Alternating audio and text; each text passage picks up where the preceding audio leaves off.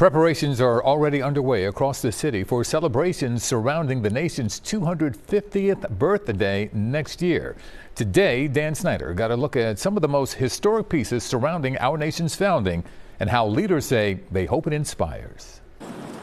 Today actually marks 500 days until July 4th, 2026. It's the day the United States will mark its 250th birthday, with Philadelphia taking center stage. With that in mind, the Historical Society of Pennsylvania opened its vault to show us some of their most precious pieces. This is the Declaration, probably a day or two before it's finalized. One thing that makes this version different, it was printed with notations from Thomas Jefferson, like quotations around the phrase, "All men are created equal." But when Jefferson put things in quotes, it meant that he was going to read this out loud and he was going to lean into those words. The Historical Society has thousands of documents it's ready to showcase in 2026, like handwritten letters from George Washington during the Revolution to the first draft of the U.S. Constitution. They wrote freedom of speech and they put a check mark next to it, which meant that's important and we need to get back to that. As we look toward 2026, the Historical Society also showed us how past centennial celebrations have played out.